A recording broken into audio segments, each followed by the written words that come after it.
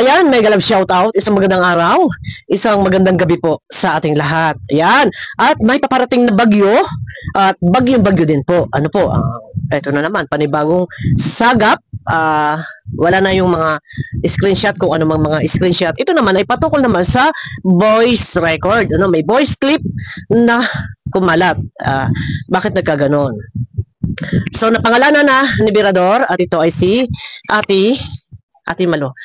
So, ito guys, ano po, para sa kaalaman po ng lahat na si Ate Malo po ay nagpaalam na sa Kalingap. Ano po, hindi naman lingid dyan sa inyong kaalaman na umalis na siya sa Kalingap. So, sana ba ngayon si Ate Malo, ano po, yung pag-alis po ni Ate Malo, ang mga kadahilanan ay hindi po siya inaway ni Kuya Bal, hindi rin siya inaway ni Kalingap Rab, wala anumang issue sa pagitan ni Kuya Bal, ni Kalingap Rab at ni Ate Malo. Ang problema po, ito mababanggit lang. Ano po, at ako naman ay nakamove na doon sa bagay na iyon, na ito, yung patungkol po doon sa pagmumura. Yan po, isa sa kadahilanan na kung bakit talagang tuluyan ang umalis si Ate Malo, patungkol doon sa pagmumura ni Kalingap, ni Dr. Lab. Ano po? Ngayon, sabi ko nga ako nakamove na doon eh. Nung umalis si Ate Malo, ito, wait lang po, kikwento ko lang. Ay, ako yung nagsabi na ipagpasa Diyos, na i-vlog ko yan, na hindi mo naman kailangan umalis sa Kalingap at ikaw ay mag-stay diyan sa Kalingap. Hindi ka pinapalis si Kuya Bal, hindi ka pinapalis ni Kalingap Rab, hindi mo sila kalaban. Ate Malo, ayan, napangalanan na ni Birador ang patungkol sa voice record.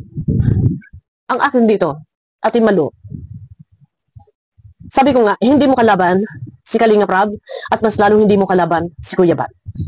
Ano, kung meron man ikaw na kinamumuhian, sabihin natin na hanggang sa ngayon hindi ka makamove on, ilabas natin. Ilabas mo si Kuya Bal, si Kalingap Rab.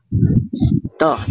Noon, alam mo naman ito, Ate Malo, ang dami kong paalala sa'yo, ang dami kong pakiusap sa'yo na hayaan mo na kung ano man yung problema na patungkol dito, mawalang galang mabibigas ko lang dahil ito po yung pinagmula na hanggang ngayon talagang masakit para kay Ate Malo, yung patungkol kay Dr. Love. Sinabi ko yan hanggang sa vlog ko, ipagpasa Diyos. Hayaan na, ipagpasa Diyos. Nagulat din lang ako kagabi. Pasensya na ngayon ako nakakapag-vlog, hindi ako masyado makapag-vlog at may mga ganap-ganap po dito sa amin. Nagulat din ako doon sa narinig kong voice clip. So para sa akin, hindi siguro dapat humantong sa ganito. Kung ako lang sana'y napakinggan mo.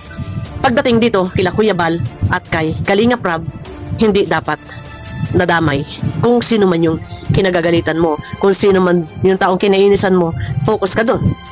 Ilabas mo na lang siguro si Kuya Bal at si Kalingap Rab. Kung away din lang or galit din lang sa ibang vlogger na sabihin na natin hindi mo matanggap kung ano yung mga ginawa, sabi ko nga sa iyo, ipagpasa Diyos natin. Kasi hindi tayo pwedeng mabubuhay, masasadlak doon sa manaloob. I-wash out, ipagpasa Diyos. Nabanggit ko yan sa aking vlog nang ikaw ay tuluyan ng nagpaalam at ang sabi mo hindi ka babalik sa Kalingap dahil iyan pa nga ay na-reaction na ni Sangkay na ang sabi ni Sangkay ay ikaw ay nando sa kanyang group chat.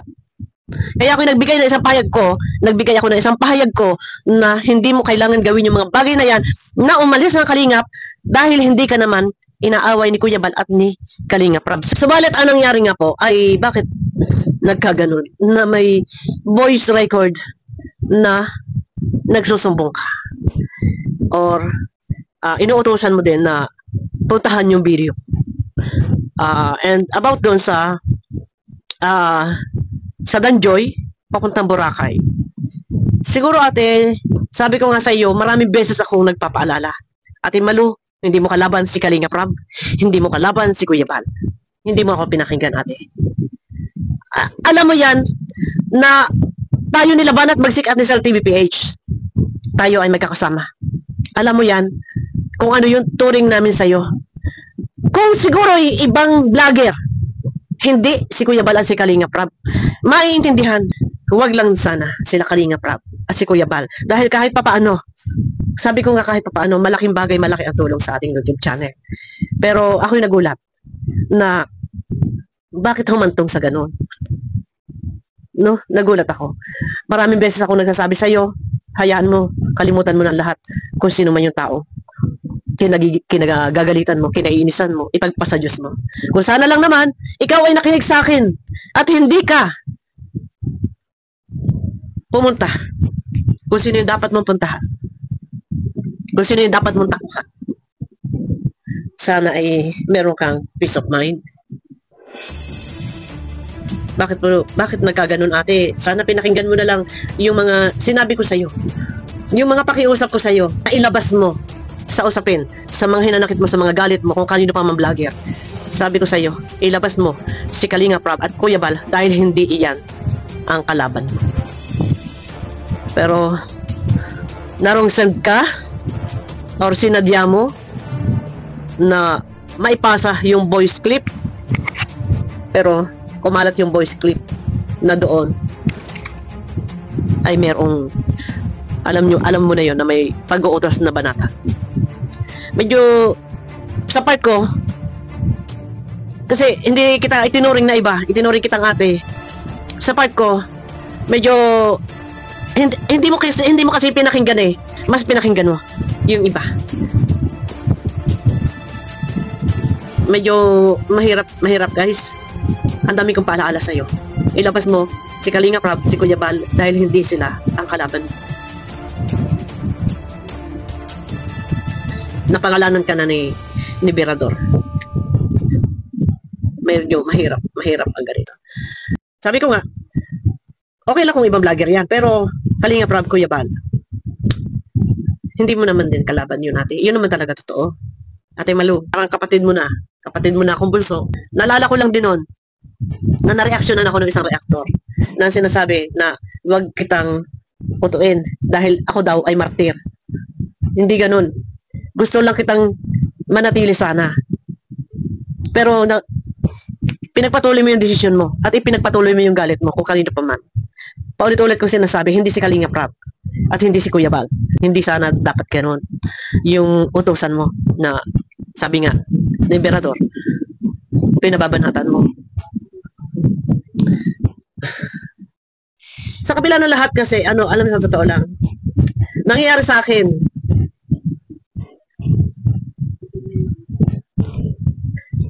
nangyari din kay Banat Bagsik. Inayawan kami ni Kalinga Prab. Kahit hanggang ngayon, limitado kami mag-reaction. Gusto ko siyang minsan talagang ipaglaban, ipagtanggol. Pero naalangan ako. Lalo pat yung mga nakaraan lumalabas ng mga screenshot, yung kauna-unahan yung kay Yang Mi. Kaya ang ginawa ko doon sa aking video, binalansi ko na lang. Kasi gusto ko tarahin si Yang Mi, gusto kong banatan si Yang Mi. Pero mas pinilit kong neutral.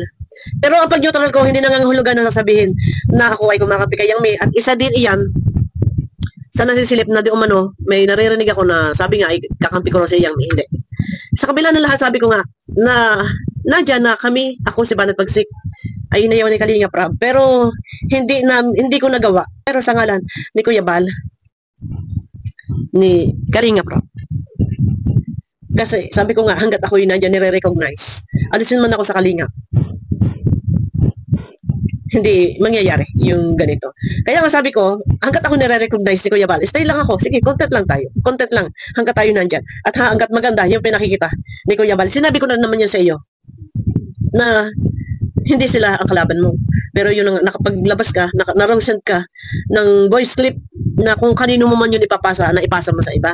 Or sinadya mo ba? Yun. Sabi ko nga, kami ni Banat Bagsik nakaranas kami na ayaw sa amin natin na pinupost natin na yung aming mga thumbnail. Ayaw ni Kalinga Prab na mag-reaction ako sa kanya. Nasabihan ka rin ni Kalinga Prab, nasabihan din ni Kalinga Prab si Banat Bagsik na ayaw niya ng ganong klaseng reactor. Pero tuloy lang.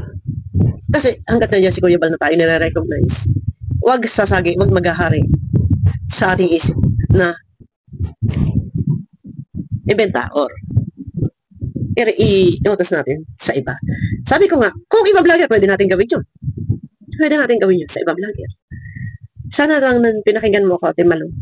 Yun din ang lagi ko din paalaala sa iyo. Umabon ka kasi nagkakaedad na tayo.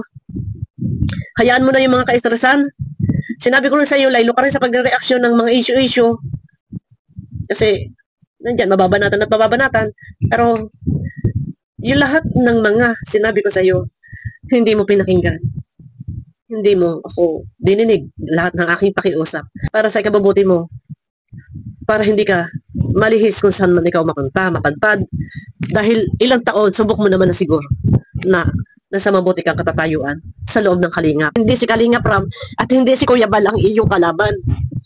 Sana lang naman din yung mga ginawa kong reaksyon, huwag palalabasin na kakampi ko sa Yang Mi. Ako lang yung nanghihinayang. Sa dami ng aking mga pakiusap, sa dami ng aking mga pagpapalubag, pinapalubag ko yung iyong loob, hindi mo ako pinakinggan. Yun lang yun. Bilang itinuturing kitang ate kapatid, akala ko okay, tahimik ka na.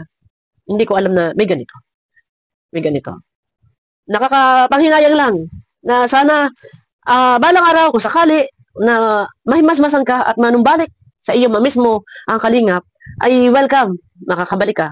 Pero hindi ko sukat akalain na ganito, na may naligaw na voice record mismo na galing sa iyo at doon ay gayon na nga. Kung napanood niyo po guys kay Birador, napangalanan na nga ni Birador.